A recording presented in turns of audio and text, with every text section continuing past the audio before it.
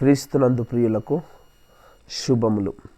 ఈరోజు 9వ రోజు 8వ పాఠం, దానియేలు గ్రంథం 8వ పాఠంలో మనం ఇప్పుడు పాఠం నేర్చుకుందాం. ఓకే, ఈ యొక్క 8వ అధ్యాయంలో కనిపించే పేర్లు, రాజు పేరు బెల్షెజరు, దానియేలు పేరు మరియు గాబ్రియేలు పేరు కనిపిస్తాయి. ఇంతవరకు ముఖ్యంగా దీంట్లో కనిపించే జంతువులు, ఒకటి మేకపోతు, ఒకటి పొట్టేలు మేకపోతు, రెండు జంతువులు కనిపిస్తాయి. ఒక పట్టణం పేరు కనిపిస్తుంది, షూషాను పట్టణము. తర్వాత ప్రదేశం పేరు కనిపిస్తుంది, ఏలామను ప్రదేశము కనిపిస్తాయి. తర్వాత వచ్చేసి దీంట్లో దిక్కులు కనిపిస్తుంటాయి, తూర్పు, పడమర, ఉత్తరం, దక్షిణం, 4 దిక్కులు కనిపిస్తుంటాయి. కాబట్టి బెల్షెజర్ పరిపాలన చేసే 3వ సంవత్సరంలో దానియేలుకు వచ్చిన దర్శనం. దానియేలుకు 7వ అధ్యాయంలో ఒక దర్శనం వస్తుంది, 8వ అధ్యాయంలో ఒక దర్శనం వస్తుంది. అంటే ఇది రెండో దర్శనం. దానియేలు గ్రంథంలో కనిపించిన దర్శనాలలో ఇది రెండో దర్శనం. అంతకుముందు అన్ని కళలు, అది వేరే విషయం. 7వ అధ్యాయం నుంచి మొదలు పెడితే ఇక్కడ దానియేలుకు రెండో దర్శనం కనిపిస్తుంది. ఈ దర్శనంలో కనపడే జంతువులు రెండు, ఒకటి పొట్టేలు, ఒకటి మేకపోతు. ఎక్కడ కనిపిస్తుంది ఈ దర్శనం అంటే ఏలామను ప్రదేశ సంబంధమగు షూషాన్ అను పట్టణపు నగరులో నుండగా దర్శనం నాకు కలిగెను. చూడండి, ఈయన ఫిజికల్గా అక్కడ లేడు, దర్శనంలో కళలోనే ఆ ప్రదేశంలో ఉన్నాడు. ఏలాన్ అనే ప్రదేశంలో షూషాన్ అనే పట్టణం నగరంలో ఉండగా దర్శనం నాకు కలిగానంటే ఆయన కళలనే ఆ ప్లేస్లో ఉన్నాడు అన్నట్టు దర్శనం. ఓకే, ఆయన ఫిజికల్గా ఏలాన్ అనే పట్టణం, షూషాన్ పట్టణంలో ఏనావల మధ్య ప్రదేశంలో లేడు, కేవలం ఆయన కళలనే ఆ ప్రదేశంలో ఉండు. ఇందులో ముఖ్యంగా మనకు కనిపించేవి చెప్పాము. ఈ అధ్యాయము రాజగు అనే పదంతో మొదలై పోయెను అనే పదంతో ముగుస్తుంది. దీంట్లో ఈ అధ్యాయంలో 27 వచనాలు ఉంటాయి. ముఖ్యంగా ఎవరు పరిపాలన చేస్తున్నప్పుడు వచ్చిన ఇది దర్శనం అంటే బెల్షెజర్ రాజగు.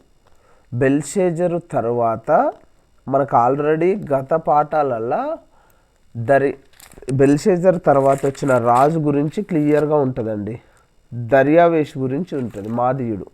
కానీ ఆ మాదీయుడికి దర్యావేషుకు కంటే ముందు జరిగిన ప్రస్తావన ఇదంతా.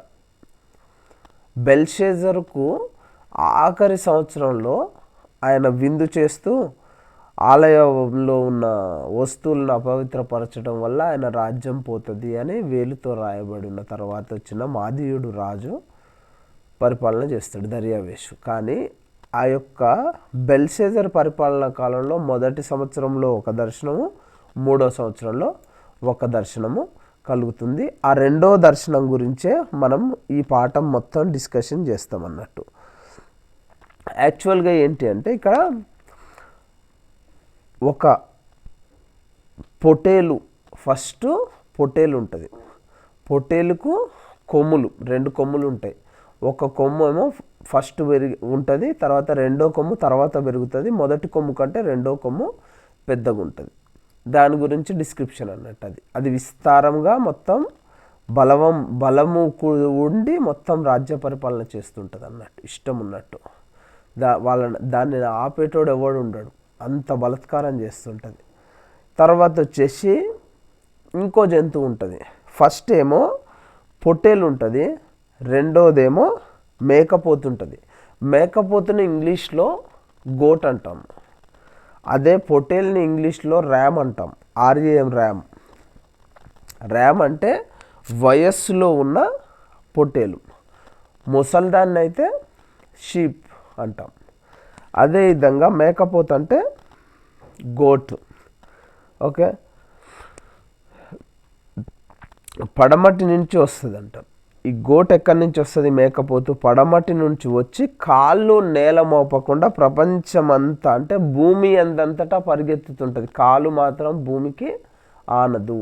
దీనికి ఎట్లా ఉంది? దీనికి వచ్చేసి రెండు కన్నుల మధ్యలో ఒక కొమ్ము ఉంటుంది. మొదటి దానికేమో రెండు కొమ్ములు ఉంటాయి. ఒక కొమ్ము ఫస్ట్ మొలిసిన కొమ్మేమో చిన్నగా ఉంటుంది, రెండో మొలిసిన కొమ్మేమో పెద్దగా ఉంటుంది. తర్వాత వచ్చేసి రెండో దానికి వచ్చేసి మేకపోతుకు వచ్చేసి రెండు కన్నుల మధ్యలో ఒకటే కొమ్ము ఉంటుంది. ఈ యొక్క వివరణ అంటే ఈ యొక్క జంతువులు ఎట్లా ఉన్నాయి ఏందనే వివరణ క్లియర్గా ఉంటుంది అన్నట్టు. జంతువులు ఏ రకంగా ఉన్నాయి, ఏ రకంగా వాటి యొక్క డిస్క్రిప్షన్ ఏంది. తర్వాత ఈ రెండు జంతువులకు మధ్య భీకర యుద్ధం జరుగుతుంది, పోరు గొడవ జరుగుతుంది అన్నట్టు. జరగడం వల్ల మేకపోతు పొట్టేల్ని మొత్తము ఓడించేస్తుంది, పొట్టేల్ను ఓడిస్తుంది ఈ రెండింటికి మధ్యలో జరగడం వల్ల. తర్వాత దీంట్లో డిస్క్రిప్షన్ ఏముంటుంది అంటే మేకపోతుకున్న ఒక్క కొమ్ము, రెండు కండ్ల మధ్యలో ఉన్న ఒక్క కొమ్ము ఊడిపోతుంది, పెరికివేయబడుతుంది. దాని స్థానంలో 4 కొమ్ములు వస్తాయి. 4 కొమ్ములు వస్తాయి దాని స్థానంలో. ఈ 4 కొమ్ములలో ఒక కొమ్ము స్థానంలో మళ్ళీ ఇంకో చిన్న కొమ్ము వస్తుంది. అయితే ఈ మేకపోతు అనేది గ్రీకు సామ్రాజ్యాన్ని సూచిస్తుంది దీంట్లో. తర్వాత వచ్చేసి ఆ మేకపోతుకు వచ్చిన ఒకటే ఒక కొమ్ము వచ్చేసి అలెగ్జాండర్ ది గ్రేట్ ప్రపంచ విజేతాన్ని సూచిస్తుంది.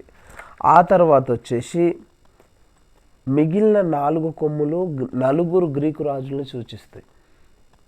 ఒక కొమ్ము ఊడిపోయిన తర్వాత 4 గ్రీకు రాజులు అంటే గ్రీకు రాజ్యం 4 భాగాలుగా విడిపోతుంది. గత పాఠంలో కూడా 6వ అధ్యాయంలో కూడా గ్రీకు తర్వాత అలెగ్జాండర్ ది గ్రేట్ తర్వాత 4 రాజ్యాలుగా విడిపోతుంది అని చదువుకున్నాం. తర్వాత ఇక్కడ కూడా అదే గ్రీకు అలెగ్జాండర్ తర్వాత గ్రీకు రాజ్యం 4 భాగాలుగా విడిపోతుంది. ఆ 4 భాగాలకే ఆ 4 కొమ్ములు సాదృశ్యం. తర్వాత వచ్చేసి ఈ యొక్క 4 కొమ్ముల్లో ఒక కొమ్ము ఊడిపోయి చిన్న కొమ్ము ఉద్భవిస్తుంది.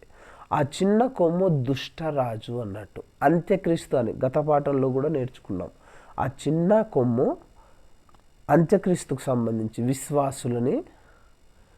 విశ్వాసులని ఇబ్బంది పెట్టడం, హింసించటం, తర్వాత ఆలయాన్ని ప్రతిష్టని దెబ్బతీయడం, తర్వాత ఆలయాన్ని నాశనం చేయటం, ఈ విధంగా జరుగుతుంది. అయితే ఇది ఎప్పటి వరకు జరుగుతుంది అంటే 2300 రోజులు, అంటే 2300 డేసు, 2300 నైట్స్ జరుగుతాయి. అంటే 2300 రోజు పగలు, 2300 రాత్రులు జరుగుతాయి అన్నట్టు. దేవాలయం అపవిత్రంగా ఉండే కాలం అది అన్నట్టు. ఆ తర్వాత దేవాలయం శుద్ధి చేయబడుతుంది అని దీని అర్థం. ఈ యొక్క మొత్తం దేవదూత గాబ్రియేలు దర్శనానికి అర్థం చెప్పాడు. ఎవరు చెప్పారు? దానియేలుకు గాబ్రియేలు దూత వచ్చి దర్శనానికి అర్థము భావం చెప్తుంది అన్నట్టు. దానియేలు తెలుసుకోవడానికి ప్రయత్నిస్తాడు. గాబ్రియేలు రాగానే మూర్ఛపోయి సొమ్మసిల్లి నిద్రపోతాడు. ఈ యొక్క దీని అర్థం మొత్తం ఇది. తర్వాత వచ్చేసి అలెగ్జాండర్ ది గ్రేట్ తర్వాత వచ్చేసి ఆ యొక్క రాజ్యము 4 భాగాలుగా విడిపోతుందండి. ఈ 4 సామ్రాజ్యాలు ఏంటివి అంటే అలెగ్జాండర్ మరణం తర్వాత కెసెండర్, అసియాకస్, సెల్యూకస్, టాలమీ, ఈ 4 రాజులు పరిపాలన చేస్తారు. ఎవరు ఎట్లా పరిపాలన చేస్తారు, ఎవరు ఏది అనేది దాంట్లో బైబిల్లో ఉండదు, కానీ చారిత్రక ఆధారాల ప్రకారము క్లియర్గా ఉంటుందండి. యాక్చువల్గా ఈ మొదటి మేకపోతుకుండే 2 కొమ్ములు, ఒకటి మాదీయుల రాజ్యము, ఒకటి పారసీకుల రాజ్యము. అందులో ఒక పారసీకులు తర్వాత వస్తారు. పారసీకులు బలమైన రాజ్యంగా ఎదుగుతారు. ఫస్ట్ ఉండే కొమ్ము వచ్చేసి మాదీయులది. తర్వాత రెండో కొమ్ము మాదీయుల కంటే ఎత్తుగా, మొదటి కొమ్ము కంటే ఎత్తుగా ఉంటుంది. అది పారసీకులు. అది పొటేలు మీద ఉన్న 2 కొమ్ముల్లో ఒకటేమో మాదీయులను సూచిస్తుంది, ఒకటేమో పారసీకులను సూచిస్తుంది. తర్వాత రెండిటికి మధ్యలో ఉండే మేకపోతుకున్న ఒక కొమ్ము ఏం సూచిస్తుంది? పెద్ద కొమ్ము దేన్ని అంటే గ్రీకు రాజ్యాన్ని సూచిస్తుంది. పెద్ద కొమ్ము విరగడం అంటే గ్రీకు రాజ్యం పోయేసి 4 కొమ్ములు వస్తాయి. 4 కొమ్ములు అంటే గ్రీకు అలెగ్జాండర్ ది గ్రేట్ మరణాంతరము 4 రాజ్యాలుగా విడిపోతాయి. ఈ 4 సామ్రాజ్యాలు 4 భాగాలుగా విడిపోతే నలుగురు పరిపాలన చేస్తారు. ఎవరంటే కాసాండర్, అసియాకస్, సెల్యూకస్, టాలమీ. ఈ నలుగురు పరిపాలన చేస్తారు. గ్రీకు రాజ్యం 4 భాగాలు విడిపోతే ఒక్కొక్కళ్ళు ఒక్కొక్క భాగాన్ని పరిపాలన చేస్తారు.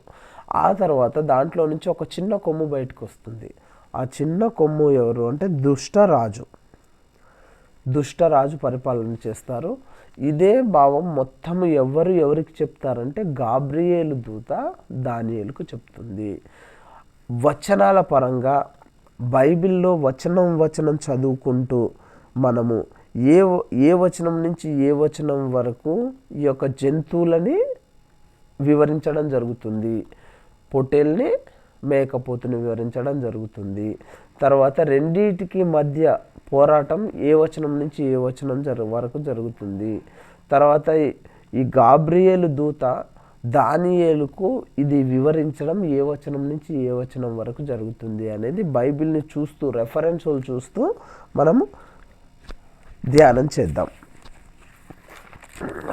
చూడండి అమ్మా, ఫస్ట్ క్లియర్గా ఎవరు పరిపాలన కాలంలో అంటే రాజగు బెల్షెజర్ కాలంలో 3వ సంవత్సరంలో దానియేలుకు వచ్చిన దర్శనం. ఎన్నో దర్శనం అంటే 2వ సంవత్సరం. పరిపాలన ఎన్నో సంవత్సరాల పరిపాలన అంటే 3వ సంవత్సర పరిపాలన. ఎవరి పరిపాలన అంటే బెల్షెజర్ పరిపాలన. బెల్షెజర్ పరిపాలనలో 3వ సంవత్సరంలో దానియేలుకు వచ్చిన దర్శనము. దానియేలుకు వచ్చిన మొత్తం దర్శనాలలో ఇది 2వ దర్శనము. ఓకే, దాంట్లో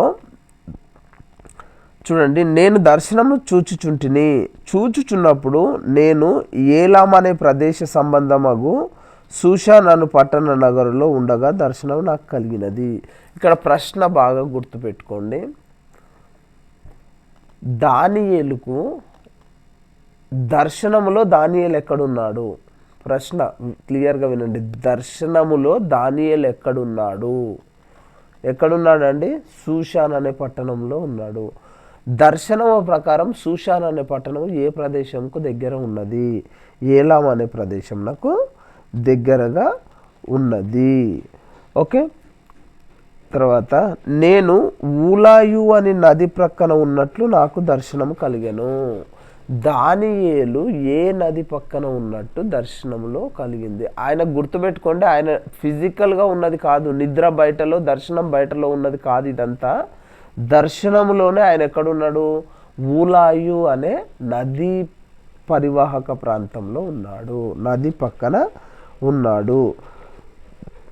ఆయనకు నేను కన్నులెత్తి చూడగా ఒక పొట్టేలు నది పక్కన నిలిచి ఉండెను.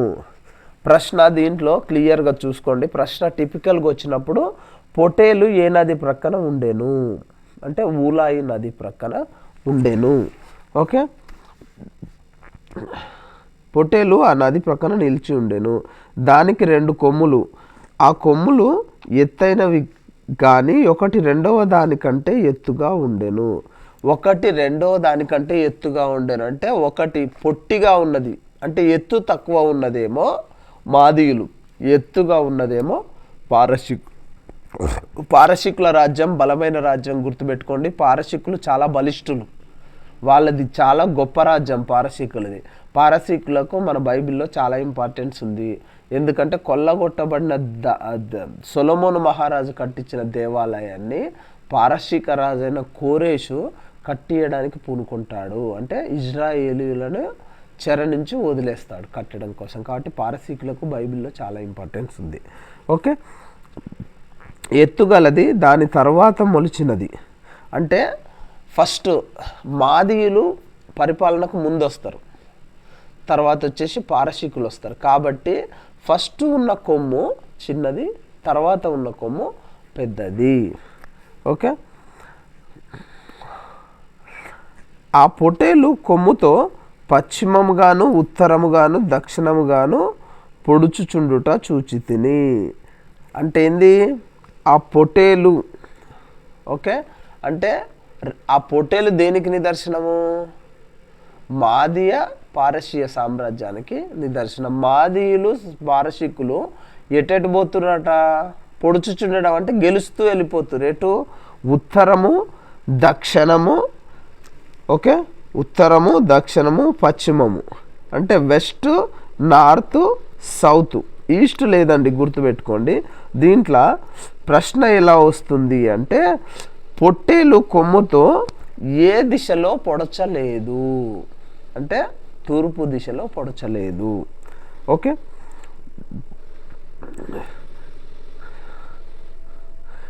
ఇట్లు జరగగా దాన్ని ఎదిరించుటకైనను అది పట్టకుండా తప్పించుకొనుటకైనను, ఓకే, దానిని ఎదిరించుటకైనను అంటే దాన్ని ఎదుర్కోవడానికి, దాన్ని పట్టకుండా తప్పించుకొనుటకైనను అంటే దాన్ని ఆపటానికి, ఎదిరించడానికి ఒకటి, ఆపటానికి ఒకటి. కానీ ప్రశ్నలో ఆపటానికి అని చెప్పొద్దు, మీకు అర్థం కావడం కోసమే చెప్తున్నాం. పట్టకుండా తప్పించుకొనుటకైనను ఏ జంతువునకు శక్తి లేకపోయాను. ఇక్కడ జంతువు అంటే ఫస్ట్ పొట్టేలు అంటే దేనికి నిదర్శనం అండి? మాదీయ పారశీక రాజ్యానికి నిదర్శనం. ఇక్కడ జంతువు అనేది ఒక రాజ్యానికి నిదర్శనంగా సూచిస్తున్నామండి. కాబట్టి ఏ జంతువునకు శక్తి లేకపోయాను అంటే మాదీయ పారశీక సామ్రాజ్యాన్ని ఎదిరించడానికి కానీ వాళ్ళ యొక్క యుద్ధ పటిమని ఆపటానికి కానీ ఏ దేశానికి ధైర్యం చాలలేదు, ఏ దేశం కూడా అంత బలంగా లేదు అన్నట్టు. ఓకే, ఈ సంగతి ఆలోచించుచుండగా శక్తి లేకపోయాను, అది తనకిష్టమైనట్టుగా జరిగించుచు బలము చూపుచు వచ్చెను. ఈ సంగతి ఆలోచించుచుండగా, ఎవరు ఆలోచిస్తున్నారు ఈ సంగతి? దానియేలు ఆలోచిస్తున్నాడు. ఓకే, మాదీయ పారశీక రాజ్య యొక్క విజృంభణ గురించి ఆలోచించుచున్న వ్యక్తి ఎవరు? దానియేలు. ఓకే, ఈ కళలో ఈ దర్శనంలో దానియేలు ఆలోచిస్తున్నాడు. ఓకే, నేను ఈ సంగతి ఆలోచించుచుండగా ఒక మేకపోతు పడమట నుండి వచ్చి కాళ్ళు నేల మోపకుండా భూమి అందంతటా పరుగులెత్తెను. చూడండి, మేకపోతు ఎక్కడి నుంచి వచ్చిందట? మేకపోతు అంటే గోట్ అండి. ఓకే, గోట్ ఎక్కడి నుంచి వచ్చిందట? పశ్చిమం నుంచి వచ్చిందట. వెస్టర్న్ కల్చర్ అంటే గ్రీకు వెస్టర్నే. ఓకే, వెస్టర్న్ నుంచి వచ్చిన, ఓకే, కాలు మోపకుండా భూమి అందంతటా పరిగెత్తెను అంటే ఏంటి? యాక్చువల్గా కూడా మనకు తెలిసిన విషయం ఏంటంటే అలెగ్జాండర్ ది గ్రేటు ఎప్పుడు గుర్రం మీదనే తిరుగుతాడు. ఆయన కాలు కింద మోపడు, గుర్రం మీదనే ఉంటాడు. కాబట్టి ఇక్కడ అలెగ్జాండర్కు నిదర్శనం, గ్రీకు రాజ్యానికి నిదర్శనమైన మేకపోతు భూమి మీద కాలు మోపకుండా భూమి అందంతటా, కాళ్ళు నేల మోపకుండా భూమి అందంతటా తిరుగుచుండెను. నేను నేల అనేదాన్ని భూమి అని ఇక్కడ ఉచ్చారణ మీకు అర్థం కావడం కోసం చెప్తున్నా. ఓకే, అంతేగాని ప్రశ్నలో సమాధానం ఇచ్చేటప్పుడు నేల మోపకుండా అనే చెప్పాలి, భూమి మీద మోపకుండా అని చెప్తే అది కరెక్ట్ కాదు. ఓకే, భూమి అందంతటా దానికి 2 కన్నుల మధ్యన ఒక ప్రసిద్ధమైన కొమ్ము ఉండెను. చూడండి, ప్రశ్న ఎట్లా వస్తుంది అంటే పొట్టేలుకు ఎన్ని కొమ్ములు ఉన్నాయి, మేకపోతుకు ఎన్ని కొమ్ములు ఉన్నాయి? పొట్టేలుకేమో 2 కొమ్ములు ఉన్నాయి, మేకపోతుకు ఒకటే కొమ్ము ఉన్నది. ఎక్కడున్నది మేకపోతు కొమ్ము అంటే 2 కళ్ళ మధ్యలో ఉన్నది. ఓకే, భయంకరమైన కోపముతోనూ బలముతోనూ దాని మీదికి ఢీకొని వచ్చెను. దేని మీదికి ఢీకొని వచ్చి? భయంకరమైన కోపంతో. అయితే అలెగ్జాండరు మాదీయ పారశీక రాజ్యాల మీదకి దండెచ్చి వచ్చిండండి. మన భారతదేశం మీదకి కూడా దండెచ్చిండు, పంజాబ్ మీదకి పోరస్ తోటి. అది సెకండ్, మీకు అర్థం కావడం గుర్తుండడం కోసం ఈ విషయం చెప్తున్నా. మాదీయ పారశీక రాజ్యాల మీదకి అలెగ్జాండర్ దండెత్తి వచ్చిండు. అలెగ్జాండర్ చాలా బలమైన యుక్తిగల రాజు, అందుకని అలెగ్జాండర్ ది గ్రేట్ అంటారు. ఏ రాజుని ది గ్రేట్ అని పిలవరు, ఒక్క అలెగ్జాండర్ని మాత్రమే the great, Alexander the great అంటారు. ప్రపంచ విజేత ఎవరు అంటే అలెగ్జాండర్. ఆయన అంటే ఏం చేసిండట? భయంకరమైన కోపంతోనూ బలముతోనూ దాని మీదకి ఢీకొని వచ్చి, దాని మీదకంటే దేని మీదకి? మాదీయ పారశీక రాజ్యం మీదకి దండెత్తి వచ్చిండట. నేను చూడగా ఆ మేకపోతు పొట్టేళ్ళను కలుసుకొని మిక్కిలి రౌద్రము గలదై దాని మీదకి వచ్చి ఆ పొట్టేలును గెలిచి దాని 2 కొమ్ములను పగలగొట్టెను. 2 కొమ్ములు అంటే ఏంటి అండి? ఒకటి మాదీయులు, ఒకటి పారసీకులు. ఆ రెండు జనాంగాలని చంపేసిండట, గెలిచిండు, జయించిండు. ఆ పొటేలు దానిని ఎదిరించలేక పోయినందున ఆ మేకపోతు దానిని నేలను పడవేసి త్రొక్కుచుండెను. పొటేల్ అంటేనేమో ఇక్కడ మాదీయ పారసీక రాజ్యం, మేకపోతు అంటేనేమో అలెగ్జాండర్ ది గ్రేట్ గ్రీకు రాజ్యం. ఓకే, రెండింటిని ఏం చేసిండు, మాదీయ పారసీక రాజ్యాన్ని పడద్రోసి తొక్కేసిండట. దాని బలము అణచి ఆ పొటేలును తప్పించుటకు ఎవరి చేతను కాకపోయెను. ఎవరు? గొర్రెపోతు. గ్రీకు యొక్క బలానికి మాదీయ పారసీక రాజ్యాన్ని తప్పించడం ఎవరి వల్ల కాలేదటండి. ఇక్కడ గుర్తుపెట్టుకోండి, 2 కొమ్ములు ఉన్నాయి అంటే మాదీయ పారసీక రాజ్యం, ఒకటే కొమ్ము ఉన్నది అంటే అది గ్రీకు రాజ్యం. ఓకే,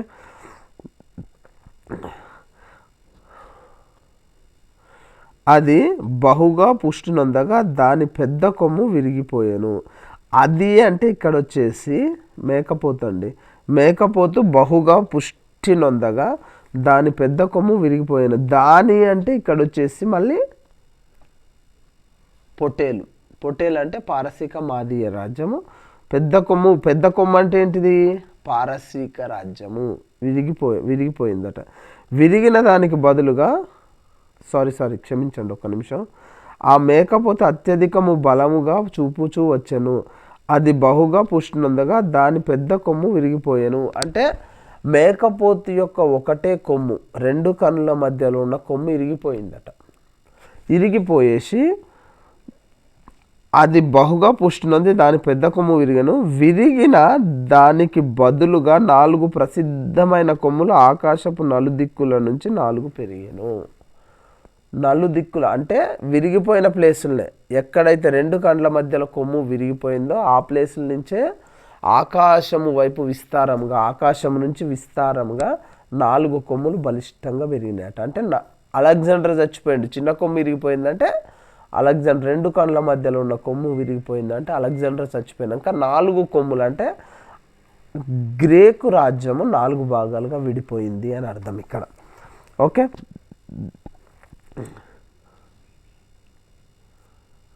ఆ 4 కొమ్ముల నుంచి ఏమైందట, ఒక కొమ్ము ఊడిపోయి ఆ కొమ్ములలో ఒక దానిలో నుండి ఒక చిన్న కొమ్ము మొలిచెను. అంటే 4 రాజ్యాల నుంచి ఒక రాజ్యంలో నుంచి చిన్న కొమ్ము అంటే దుష్టరాజు మొలిచిండట. ఈ 4 కొమ్ములు ఏ జంతువుకు మొలిచినాయంటే ఏ గొంతువుక అండి? పొట్టేలుక, మేకపోతుకు మొలిచినాయి. ఆ మేకపోతు అంటే దానికి సింబల్ ఎవరు? Greece, Alexander the great. ఆయన చనిపోయినాక అంటే ఆ బలిష్టమైన కొమ్ము ఊడిపోయినాక 4 కొమ్ములు మొలిచినాయి. ఆ 4 రాజ్యాల నుంచి ఒక రాజ్యంలో ఓకే ఆ కొమ్ములలో ఒక దానిలో నుండి ఒక చిన్న కొమ్ము మొలిచెను. అది దక్షిణముగాను తూర్పుగాను ఆనంద దేశము దిక్కుగాను అత్యధికముగా బలిసెను. ఓకే, ఇక్కడ చిన్న కొమ్ము అంటే దుష్టరాజు అండి. అలెగ్జాండర్ రాజ్యం చనిపోయినాక 4 భాగాలుగా విడిపోయిన తర్వాత ఆ రాజ్యములో ఒక రాజ్యం నుంచి దుష్టరాజు బయటకు వెళ్ళిండట. ఆ దుష్టరాజు ఎటు వైపు చెందిండు అంటే అది దక్షిణముగాను తూర్పుగాను ఆనంద దేశపు దిక్కుగాను అత్యధికముగా బలిసెను. అంటే అదేంది, తూర్పుకు దక్షిణానికి ఆనంద దేశముని ఆక్యుపై 3 దేశాలను ఆక్యుపై చేసుకుంది. తూర్పు దేశాన్ని, తర్వాత దక్షిణ దేశాన్ని, ఆనంద దేశాన్ని, మూడింటిని ఆక్యుపై చేసుకుంది. తర్వాత ఆకాశ సైన్యం అంతట్టుగా పెరిగి నక్షత్రములలో కొన్నింటిని పడవేసి కాళ్ళ క్రింద అనగదొరుకుచుండెను. ఈ దుష్టరాజు ఏం చేస్తుండట, ప్రపంచాన్ని మొత్తం జయించడానికి ప్రయత్నం చేస్తున్నాడు. ఈ దుష్టరాజు ఎవరు అంటే అంత్యక్రీస్తు అండి. 7వ అధ్యాయంలో మనం డిస్కస్ చేసిన విషయమే అంత్యక్రీస్తు. ఈ చిన్న కొమ్ము 4 కొమ్ముల్లో నుంచి ఒక కొమ్ములో నుంచి చిన్న కొమ్ము బయలుదేరిందంటే అంత్యక్రీస్తు ప్రపంచాన్ని మొత్తం జయించుకుంటూ తన్ను తాను హెచ్చించుకుంటూ అనుదిన బలి అర్పణమును నిలిపివేసి ఆయన ఆలయమును పడద్రోసెను. అంత్యక్రీస్తు ఏం చేస్తుండు? ప్రార్థనలు ఆపేస్తాడు, తర్వాత వచ్చేసి బలు అర్పణలు ఆపేస్తాడు అని క్లియర్గా చెప్పుండే. అతిక్రమము జరిగినందున అనుదిన బలిని నిలిపివేయుటకై ఒక సైన్యం అతనికి ఇవ్వబడును. ఎవరికి? అంత్యక్రీస్తుకి ఇవ్వబడింది సైన్యం. అతడు సత్యమును వ్యర్థపరిచి ఇష్టానుసారంగా జరిగించుచు అభివృద్ధి నొందెను. ఆయన అసలు ఏంటి, ఫస్ట్ ఈ 3వ ప్రపంచ యుద్ధం అంటే ఆ యుద్ధముల సమయంలో అన్ని దేశాల మధ్య శాంతిని చేకూరుస్తూ అన్ని దేశాలకు మంచి చేస్తూ తర్వాత నేనే దేవుణ్ణి అనే ప్రస్తావనకు తీసుకొని వచ్చడం జరుగుతుందని మన వివరణ ఇది. అప్పుడు అంత్యక్రీస్తు చెప్పినట్టే ప్రపంచం మొత్తం నడవాల్సిందే. ఈ గ్రంథానికి ప్రకటన గ్రంథానికి కూడా సంబంధము. ఇతను ప్రవేశపెట్టేదే 666 నెంబర్ కాబట్టి అంత్యక్రీస్తు ఇతనే. ఓకే, అతడు సత్యమును వ్యర్థించి ఇష్టానుసారంగా జరిగించు అభివృద్ధి నొందెను. అప్పుడు పరిశుద్ధులలో ఒకడు మాట్లాడగా వింటిని. అంతలో మాట్లాడుచున్న పరిశుద్ధునితో మరి ఒక పరిశుద్ధుడు మాట్లాడుచుండెను. ప్రశ్న వినండి, 8వ అధ్యాయంలో ఎంతమంది పరిశుద్ధులు కనిపిస్తారు? 2 పరిశుద్ధులు కనిపిస్తారు. ఒకరితో ఒకరు మాట్లాడుకుంటూ ఉన్న పరిశుద్ధులు కనిపిస్తారు. 2 పరిశుద్ధులు, ఇది ఇంపార్టెంట్ అండి. 2 పరిశుద్ధులు ఒకరితో మరి ఒక పరిశుద్ధుడు మాట్లాడుచుండెను. ఏమనగా అనుదిన బలిని గూర్చి అతిక్రమం జరిగినందున సంభవించు నాశనకరమైన ఏ వస్తువును గూర్చి కలిగిన ఈ దర్శనము నెరవేరుటకు ఎన్నాళ్ళు పట్టుననియు ఆలయ స్థానమును జనసమూహమును కాళ్ళ క్రింద తొక్కబడుట ఎన్నాళ్ళు జరుగునో అనియు మాట్లాడుకొనిరి. అందుకతడు 2300 దినముల మట్టుకే అని నాతో చెప్పాను. ఇక్కడ చూడండి, ఇద్దరు, ఒక పరిశుద్ధుడు ఇంకో పరిశుద్ధునితో మాట్లాడుతున్నట. ఏమని? ఈ అంత్యక్రీస్తు వచ్చిన తరువాత ఎంతకాలము ఈ యొక్క దుష్ట దినములు, ఆయాసకరమైన దినములు, ఇబ్బందులు మనకు ఏర్పడతాయి అంటే దాదాపు 7 సంవత్సరాలు, 2300 పగళ్ళు, 2300 రాత్రులు, అంటే 6 సంవత్సరాల 3 నెలల 17 రోజులు అప్రాక్సిమేట్గా, ఎగ్జాక్ట్లీ కాదు. అంటే 6 సంవత్సరాలు దాటిందంటే 7 సంవత్సరాల కిందికి లెక్కేస్తాం మనం. ఓకే, 7 సంవత్సరాల కిందికి లెక్కేస్తున్నామంటే దాని ఉద్దేశం ఏంది? మనం 7 ఏళ్ల శ్రమల రోజు అంటాం కదా, దీన్ని బట్టే 7 ఏళ్ల శ్రమల రోజు. ఓకే, 2300 రోజులు, 2300 పగళ్ళు, 2300 రాత్రుల తర్వాత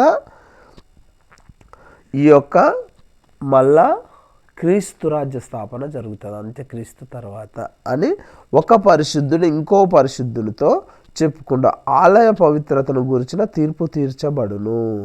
అంటే ఆలయము పవిత్రత మళ్ళా ప్రతిష్ఠించబడుతుంది అని ఈ యొక్క 14 వచనాల వరకు చూడండి. ముఖ్యముగా ఓకే, 3వ వచనము నుంచి తర్వాత 14వ వచనం వరకు జంతువులు ఎట్లా ఉన్నాయి, జంతువుల పేర్లు ఏంటివి, జంతువులు ఎలా ఉన్నాయి, ఒక్కొక్క జంతువు ఏ రకమైన వర్ణన ఉన్నది, దానికి సంబంధించిన సాదృశ్యకాలు ఏంటివి, వారెండిటి మధ్యలో పోరాటము, తర్వాత దానియేలుకు ఒక పరిశుద్ధుడు ఇంకో పరిశుద్ధుడితో మాట్లాడుకోవడం వినడం అనేది 2 నుంచి 14 వచనాల వరకు జరుగుతుందండి. ఇది మొత్తం కేవలం కూడా ఎక్స్ప్లెనేషనే.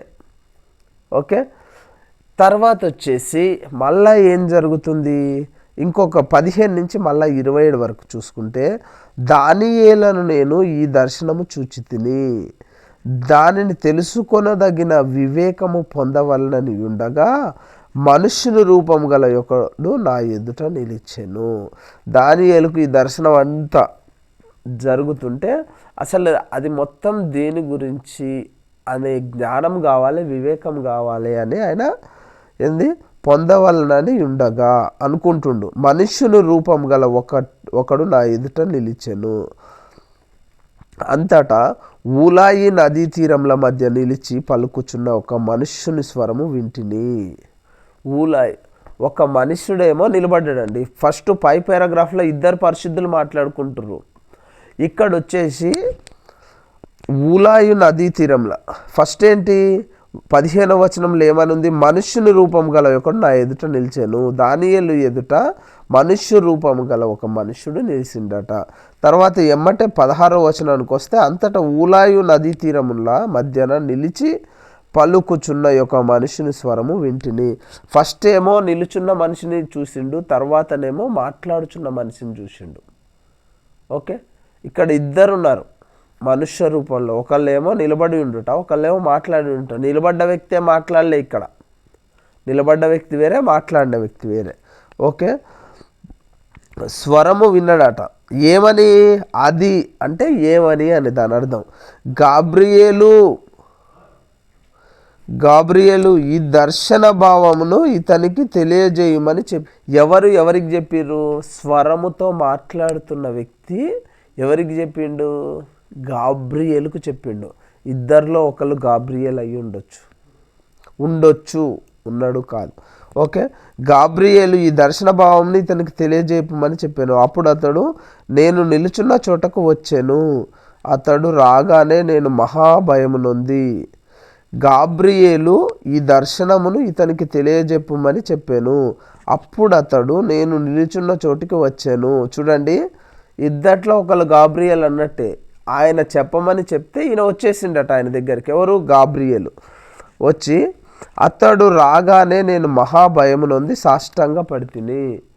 ఓకే, అతడు రాగానే మహాభయము నొంది. గాబ్రియేలు రాగానే దానియేలు మహాభయము పొంది సాష్టాంగ నమస్కారం చేసిండట. సాష్టాంగ పడితిని. అప్పుడు నరపుత్రుడా, ఈ దర్శనము అంత్యకాలమును గురించినదని తెలుసుకొనుము. నరపుత్రుడా అంటే ఇక్కడ దానియేలుని ఎవరు చెప్తున్నారు? గాబ్రియేలు చెప్తున్నాడు. నరపుత్రుడా, ఇది అంత్యకాలమునకు గూర్చినదని తెలుసుకొను మనెను. అతడు నాతో మాట్లాడుచుండగా నేను గాఢ నిద్ర పట్టిన వాడినై నేలను సాష్టాంగ పడితిని గనుక అతడు నన్ను పట్టుకొని లేవనెత్తి నిలబెట్టెను. చూడండి, అతడు అంటే గాబ్రియేలు దానియేలుతో మాట్లాడుతుంటే గాఢ నిద్ర పట్టిన, ఇదంతా కలలోనే మళ్ళా కల. గాఢ నిద్ర పట్టినవాడై నేలను సాష్టాంగ పడితిని కనుక అతడు నన్ను పట్టుకొని లేవనెత్తి నిలవబెట్టెను. గాబ్రియేలు దూత బైబిల్ మొత్తంలో పట్టుకొని లేపి నిలవబెట్టిన వ్యక్తి ఒక్క దానియేలే. కాబట్టి అది గుర్తుపెట్టుకోవాలి. దానియేలుని నిలవపెట్టినప్పుడు నిలవపెట్టేటప్పుడు దానియేలు యొక్క స్థితి ఏంటి? నిద్రానవస్థ స్థితి. ఆ విషయాన్ని గుర్తుపెట్టుకోండి. ఓకే, మరియు అతడు ఉగ్రత సమాప్తమైన కాలమందు కలగబోనట్టి సంగతులు నీకు తెలియజేయుచున్నాను. గాబ్రియేలు దానియేలుకు ఏమి సంగతులు తెలియజేస్తున్నాడట? ఉగ్రత సమాప్తమైన కాలమందు కలగబోనట్టి సంగతులను నేను నీకు గాబ్రియేలు దానియేలుకు ఏ విషయాలు తెలియజేస్తున్నాడు? ఏం సంగతులు అంటే ఉగ్రత సమాప్తమైన కాలమందు కలగబోనట్టి సంగతులు. ఓకే, ఏలయనగా అది నిర్ణయించిన అంత్యకాలమును గుర్చినది. మనం ఫస్టే దీని యొక్క సారాంశం మొత్తం చెప్పుకున్నాం కదా. 2300 రోజులు, 23 పగళ్ళు 2300 అంటే అవి చివరి, అంటే అంత్యక్రీస్తు యొక్క పరిపాలనా దినోత్సవం. అది అంత్యక్రీస్తు యొక్క పరిపాలనా దినోత్సవంలో ఓకే నిర్ణయించిన అంత్యకాలమును గురించి, ఆ 2300 రోజుల గురించి మాత్రమే ఈ దర్శనం. ఓకే, నీవు చూచిన 2 కొమ్ములు గల పొట్టేలున్నదే అది మాదీయుల యొక్కయు పారసీకుల యొక్కయు రాజులను సూచించుతున్నది. ఫస్టే మనం మాట్లాడుకున్నాం. పొడుగు ఉన్న కొమ్ము వచ్చేసి పారసీకులు, పొడుగు తక్కువ ఉన్న కొమ్ము వచ్చేసి మాదీయులదేని, మాదీయ పారసీక సామ్రాజ్యాన్ని ఆ పొట్టేలుకు నిదర్శనము. అదే చెప్తున్నాడు. మళ్ళా బొచ్చుగల ఆ మేకపోతు గ్రీకుల రాజు. బొచ్చుగల అంటే మంచి ఉన్ని ఉన్న మేకపోతు. మనం మామూలుగా చూస్తుంటాం గొర్రెలకు బొచ్చు ఉంటుంది కానీ మేకలకు ఎక్కువ బొచ్చు ఉండదు. కానీ ఇక్కడ ఏంది? మేకపోతుకే బొచ్చు ఉన్నదని ఇచ్చాడు. ఓకే, ఆ మేకపోతు ఎవరికి సంబంధించింది అంటే గ్రీకుల రాజుకు. గ్రీకు అంటే అది గ్రీకుల రాజుకు సంబంధించింది. దాని 2 కన్నుల మధ్యనున్న ఆ పెద్ద కొమ్ము వారి మొదటి రాజును సూచిస్తుంది. గ్రీక్ అండ్ మ్యాసిడోనియా సింహాసనాన్ని ఎస్టాబ్లిష్ చేసిన కింగ్ ఎవరంటే Alexander the great. Greek Macedonia రాజు. మొదటి రాజు, అది రాజ్యంగా ఏర్పడ్డది అలెగ్జాండర్ చేతిలోనే. ఫిలిప్ II అనేది వీళ్ళ వంశ మూల పురుషుడు, కానీ రాజ్యాన్ని స్థాపించింది మాత్రం అలెగ్జాండరే. ఇది ఏంది? గ్రీకుల రాజు దాని 2 కన్నుల మధ్య మొదటి రాజును సూచిస్తున్నది. అంటే ఆ మేకపోతు గ్రీస్ రాజులను సూచిస్తుంది. ఆ ఉన్న కొమ్ము మాత్రం అలెగ్జాండర్ని సూచిస్తుంది. ఓకే, అది పెరిగిన పిమ్మట దాని పెరికిన అంటే కింద పడ్డ తర్వాత ఇరిగిపోయినది. అది పెరికిన పిమ్మట దానికి బదులుగా 4 కొమ్ములు పుట్టినవి కదా. 4 రాజులు ఆ జనములో నుండి పుట్టుదురు గాని వారు అతనికున్న బలము గలవారుగా ఉండరు. ఈ జనాల నుంచి 4 రాజులు పుడతారు, కానీ అలెగ్జాండర్కు ఉన్నంత బలం వాళ్ళకు ఉండదు. ఈ 4 రాజులు ఎవరండి అంటే, ఓకే, కసాండర్, మాసిడోనియా అండ్ గ్రీస్. తర్వాత వచ్చి లిసిమాకస్, ఏసియా మైనర్ ఏసియా 2. ఓకే, తర్వాత సెల్యూకస్ సిరియాకు సంబంధించిన వ్యక్తి. టాలామీ ఈజిప్ట్కు సంబంధించిన వ్యక్తి. ఎప్పుడైతే అలెగ్జాండర్ చేతిలో ఉన్న సామ్రాజ్యం 4 భాగాలుగా విడిపోతుందో, ఆ 4 భాగాలలో ఒకటి వచ్చేసి మాసిడోనియా అండ్ గ్రీస్, రెండోది వచ్చేసి Asia and minor Asia, next వచ్చేసి సిరియా, నెక్స్ట్ వచ్చేసి టాలామీ. ఈ 4 రాజ్యాలని పరిపాలించేటోళ్ళు ఎవరంటే కసాండర్, లిసిమాకస్, సెల్యూకస్, టాలామీ. ఈ 4 ఆ 4 కొమ్ములకు సాదృశ్యము. ఈ 4కి కూడా గ్రీస్ రాజు అయిన అలెగ్జాండర్ ది గ్రేట్కున్నంత బలము ఉండదు, యుక్తి ఉండదు. అదే చెప్తున్నాడు దీంట్లో. ఓకే, ఉపాయం. ఆ 4 రాజులు జనముల్లో నుండి పుట్టుదురు కానీ వారు అతనికున్న బలము గలవారుగా ఉండరు. వారి ప్రభుత్వం యొక్క అంతంలో వారి అతిక్రమములు సంపూర్తి అగుచుండగా క్రూర ముఖము గలవాడగును, యుక్తి గలవాడునయుండి ఉపాయము తెలిసిన ఒక రాజు పుట్టును. ఇది బాగా ఇంపార్టెంట్ అండి, గుర్తుపెట్టుకోండి. వారి ప్రభుత్వం యొక్క అంతములో వారి అతిక్రమములను సంపూర్తి అగుచుండగా క్రూర ముఖము గలవాడును, యుక్తి గలవాడునయుండి ఉపాయము తెలిసిన ఒక రాజు పుట్టును. అంత్యక్రీస్తు అండి. అంత్యక్రీస్తుకున్న బిరుదులు ఏంటి అంటే యుక్తి గలవాడు, ఉపాయము తెలిసినవాడు, క్రూర ముఖము, తర్వాత అతిక్రమములు సంపూర్తి అగుచుండగా.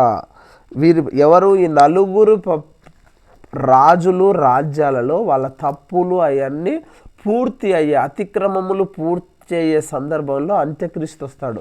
అంత్యక్రీస్తు ముఖం ఎట్లుంటుందట? క్రూర ముఖము గలవాడు, తెలివి గలవాడు, యుక్తి గలవాడయ్యుండి ఉపాయము తెలుసుకొని ఒక రాజు పుట్టును. ఉపాయముగా ఉండే రాజు పుడతాడు, అతడే అంత్యక్రీస్తు. అతడు గెలుచును కానీ తన స్వబలమును వలన గెలవడు.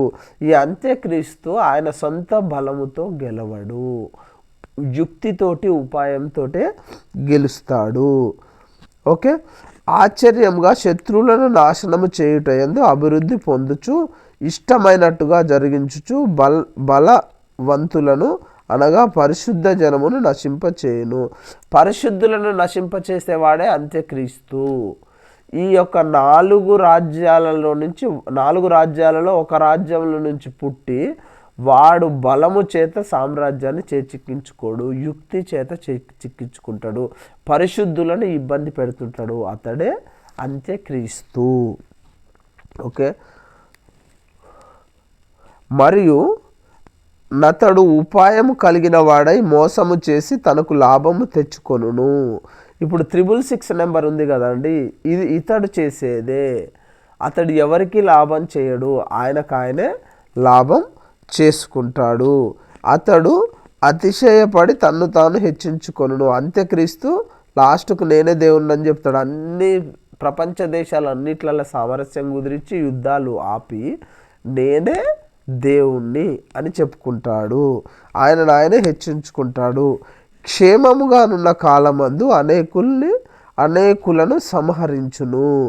ఈ ప్రపంచంలో జరుగుతున్న అల్లకల్లోలన్నింటినీ ఆపేసిన తర్వాత ఎవరైతే ముఖ్యులు ఉంటారో వాళ్ళందరినీ చంపేస్తాడు. ఓకే, క్షేమముగానున్న కాలమందు అనేకులను సంహరించును.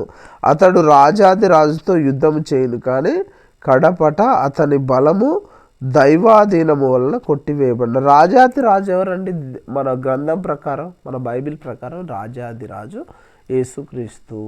యేసుక్రీస్తు రాజ్యానికి వ్యతిరేకంగా మొత్తం ప్రచారం చేసి యేసుక్రీస్తు దేవుడు కాదు, నేనే దేవుడిని ప్రచారం చేసుకోవడం వల్ల దేవుడు ఆగ్రహంతో వానిని కొట్టివేయబడును, అంత్యక్రీస్తుని చంపివేయబడును అని దీని యొక్క 25వ వచనం వరకు అంత్యక్రీస్తు గురించి డిస్కషన్ ఉంటుంది.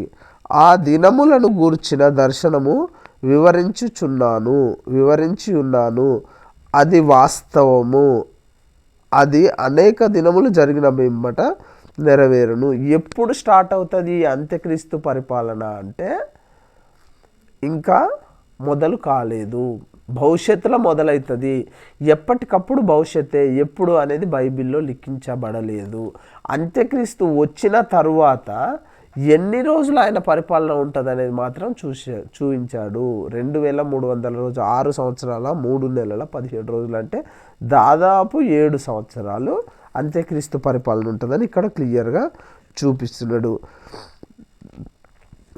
ఆ దినముల గురించి దర్శనము వివరించుచున్నాను, అది వాస్తవము, అది అనేక దినములు జరిగిన పిమ్మట నెరవేరును. నీవైతే ఈ దర్శనము వెల్లడి చేయకుమనెను.